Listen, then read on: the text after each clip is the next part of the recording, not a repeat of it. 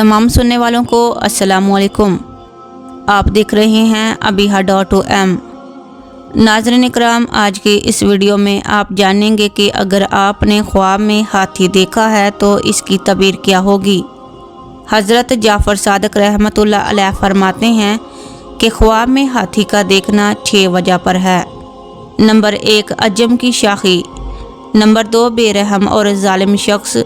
Number 3, गुलाम। Number 4, रोब और ताकत वाला शख्स। नंबर 5, हासद। और नंबर 6, मकार शख्स।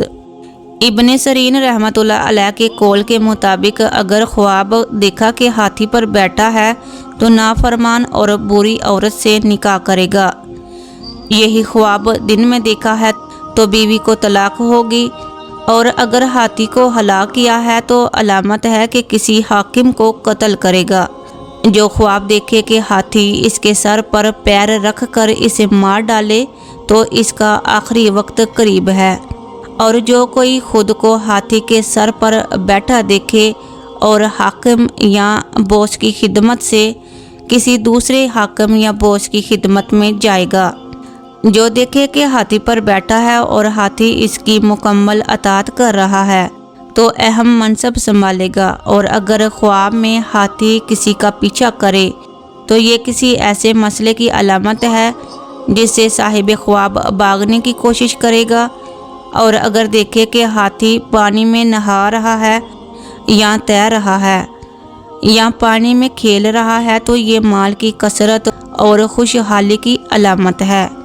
किसी ने अपने घर में हाथी देखा है तो ये घरेलू सुकून और मालो मता के मिलने की अलामत है जो घर में आएगा।